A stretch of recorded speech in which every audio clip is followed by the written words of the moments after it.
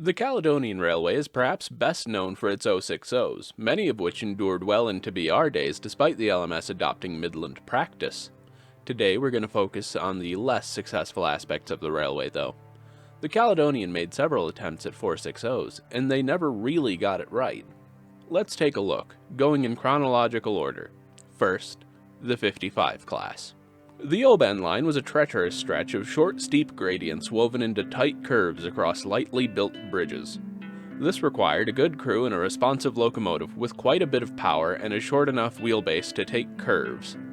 A new, more powerful class was needed to pull anything and everything over this stretch of line. The man given this task was John F. McIntosh, who also built the 812 class and the 721 class, both very successful engines in their own right. He looked at these two designs and found the best bits and cobbled them together to make this. The 55 class consisted of 9 engines built in 2 batches, numbers 55 through 59 in 1902 and numbers 51 through 54 in 1905. They had 5-foot driving wheels like the 812s, but the drivers were closer together. It had a boiler pressure of 175 psi, powering 2 19-inch cylinders. The boiler and bogie design don't look all that dissimilar from the 721 class, though the bogie appears to be a bit smaller and the boiler just a bit larger. The engines had small tenders to allow them to use the turntables at the Oban sheds. Well, later the LMS would classify them as 3Ps. They were intended as mixed traffic engines. That attractive effort of 23,300 pounds, and it's possible they could have run up to 60 miles an hour, just going off of the engines it was based upon. Of course, the line they ran on meant they were never really meant to go anywhere that fast. One of the engines was loaned to the Highland Railway, and it must have done well there considering they kept it on an extended loan, despite having their own successful mountain climbers, the clans. While I can't find anything necessarily bad about this class, it's hard to call them a shocking success. They did just what they were meant for and no more.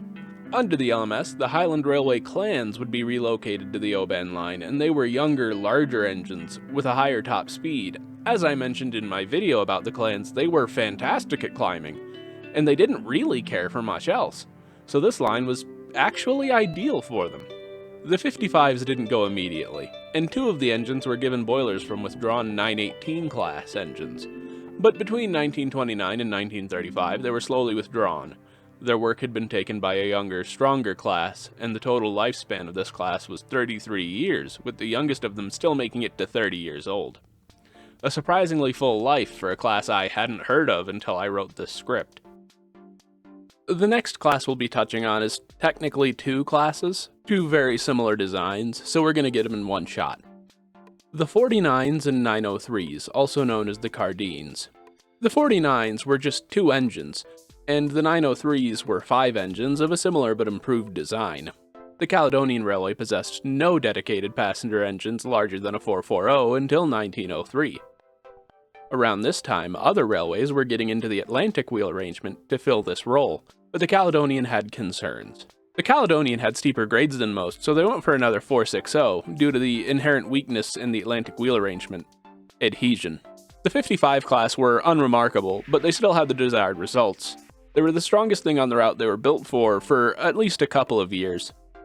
The 49 class were not so lucky. To start off with, it was of an inside cylinder design like the 55s, but unlike the 55s, it was a very long engine with a big boiler, meant to be a lot stronger. Additionally, it had massive 6-foot 6-inch driving wheels. The inside cylinders required a crank axle, which is another part that can go wrong, especially on a very powerful engine like this was meant to be. The idea being, though, that the added stability and aesthetics of the inside motion would be worth it. It was not, but that was not the biggest problem. Despite their enormous boiler, they weren't the best of steamers. They were intended to haul 300 tons up Beedick Bank unassisted, and while they'd give it a good try, they just weren't strong enough. After a few years of learning, McIntosh revisited the design, lowering the boiler pressure from 200 psi to 175 and adding a superheater. This took the tractive effort of the engine down from 25,000 pounds to 21,300, but made for a cheaper to run class. The performance of these engines wasn't greatly improved, and McIntosh never built more big passenger 460s, sticking to 440s for this work. The most notable thing to do with this class is that one of the engines was involved in the Quintons Hill rail disaster, which I will not dive into here. There's many videos talking about it online. The events were so bad that it's almost hard to believe. Aside from the engine involved in the aforementioned disaster, the class would keep on into the grouping era, when the Royal Scots took over the heaviest trains, and the LMS compound 440s would take away the rest. The 440s were simply better. Between 1927 and 1930, all of the 903s were scrapped, and both of the 49 class were withdrawn in 1933. The 49s had a lifespan of 30 years, while the 903s, the improved version, lasted only 24. This will seem to be a pattern with these engines. John McIntosh may have stepped away from Express 460s, but he wasn't afraid of the wheel arrangement.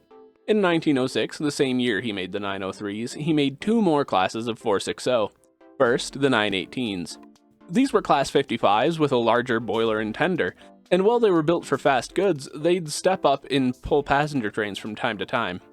And like every Caledonian 460, they wore the railway's passenger blue. Despite once again being built for goods work, they weren't restricted to the O-band line like the 55s were. They did fast goods work everywhere. But, considering they still had the makings of a Class 55, they were fairly successful mountain climbers, and the boiler design was significantly better than the 903s. Other railways were doing better, though. The Hughes Crab could do what the 918s did, but better. And so they were replaced. Two boilers from withdrawn 918s were moved to Class 55s, but that didn't mean much for either of the classes. In 1922, one was withdrawn, and the remaining four followed the next year. The third class of 460 built by McIntosh in 1906 was the 908 class. They were built for mixed traffic work and ran on 5-foot 9-inch driving wheels. They had a 180 psi boiler, which wasn't superheated, and ran on 19-inch cylinders. They had 20,800 pounds of tractive effort, and two of the engines were named after the chairman of the railway and the home of its deputy chairman.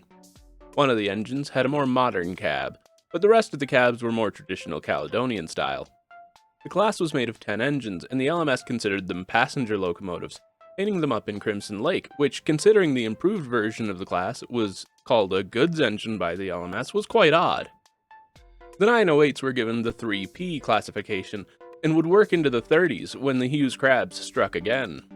Between 1930 and 1935, the class was withdrawn, resulting in a total service life of 29 years.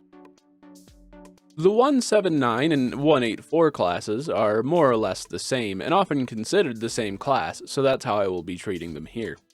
Built between 1913 and 1915, the class would total 11 engines, and they were effectively a superheated version of the 908s.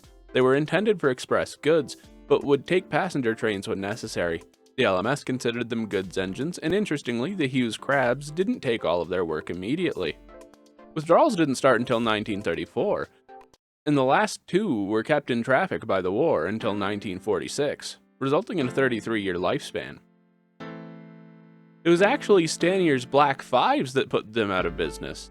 That's not much of a surprise, really. The Black Fives are 5Fs, and the 179s were only 3F. Even though they must have been reasonably capable, the Black Fives were just better. They were just better than almost anything when they showed up. These engines were the last designed by John McIntosh, as he would be forced to retire thanks to an aging rule. He'd die just a few years later at the age of 71 to an unknown cause. In 1915, the Highland Railway had a class of 6 460s built for them by Hawthorne Leslie to a design by F.G. Smith. These have a very interesting story to them. Smith built them heavier than anything else the Highland Railway ever built. They were Smith's only design for the Highland, and they had power to match it, but their size was a problem.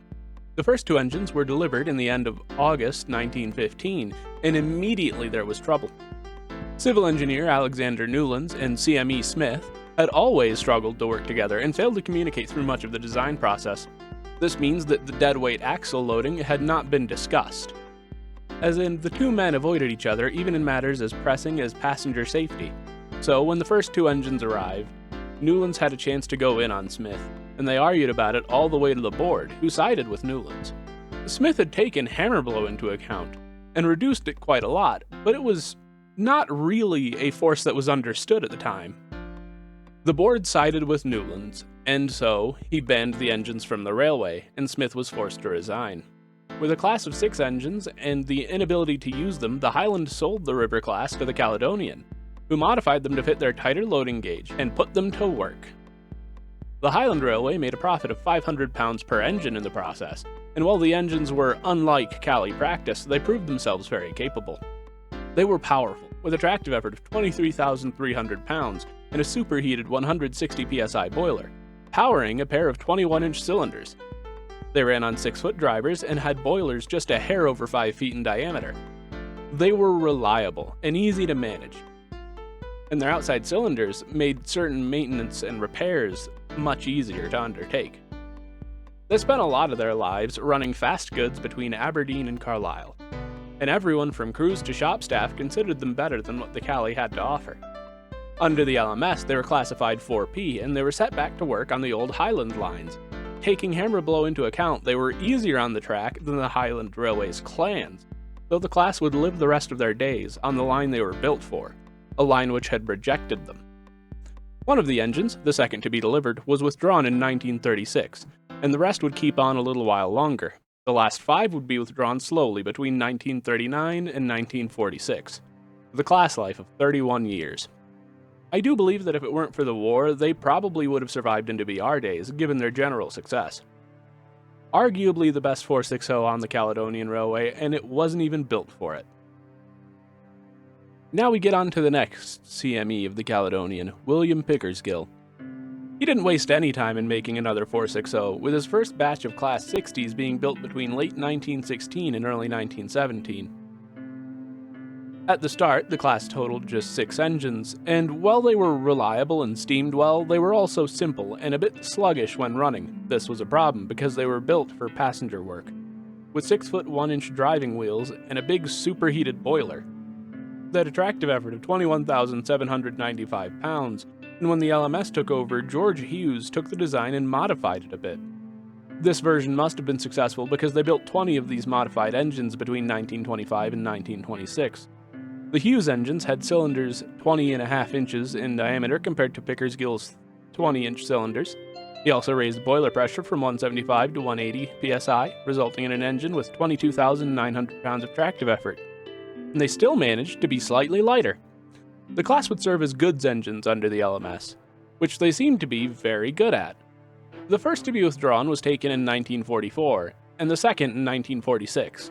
The last to go only went in 1953. They switched from express passenger work to express goods work because a Royal Scot was just better. The slightly smaller drivers on the Class 60 made them good for starting and climbing anyway, so they held on well. A lifespan of 37 years was quite good for such a large Caledonian engine, and by the time it was out the door, the BR standards were spreading everywhere. The 956 class is next on our list. They had large, tapered boilers at 180 psi to power 3 18.5-inch cylinders. They had 6-foot 1-inch driving wheels and a tractive effort just shy of 28,000 pounds. To put it very lightly, they were unsuccessful. They've been described by authors of the time as a monumental flop and ineffectual giants. They had a weak draft and a small ashpan, which filled up quickly, so it didn't matter how hard your fireman worked, if your run was too long, the engine would start to choke itself. This wasn't the biggest problem, though. Their inside cylinder used a form of derived motion, which meant that instead of applying power to a crank axle, it was applying power to the other valve gear. The force from this could break the valve gear, and parts had to be replaced with more durable materials to keep things working. All 4 of these engines were built in 1921, and by 1922 they were all due for heavy modifications. The second and third members of the class, numbers 957 and 958, had their derived motion third cylinder replaced with Stephenson link motion, while keeping the outside motion as Walsharts. Interestingly, number 959 was given dampers on its original arrangement to make parts last longer, and number 956 would be given a modified version of its original gear. However, 956 would be brought in line with 959. By the end of 1922, both 956 and 959 had been changed to the same arrangement as 957 and 958. This meant the entire class was operating with a set of Walsharts valve gear on the outside and a single Stephenson link valve gear on the inside. All this change would have done is make the class moderately more reliable. Now, if you hadn't caught that, all of these modifications happened within 1 year. The whole class spent a year being toyed around with, and the drafting and ashpan were never altered, so the locomotives were permanently choked up and would never get beyond that.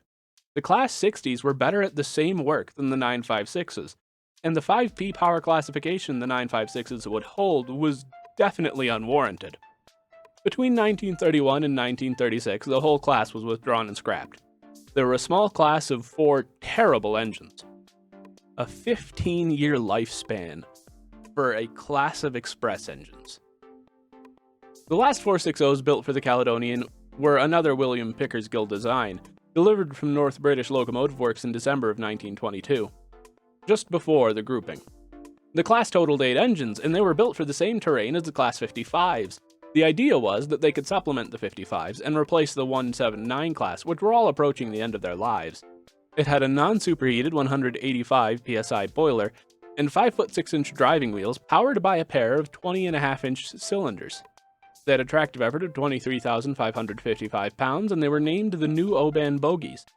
They worked, sort of. I mean, they were shy steamers, and they had the hardest hammer blow of any locomotive inherited by the LMS. For whatever reason, they weren't superheated, which could have solved their steaming trouble.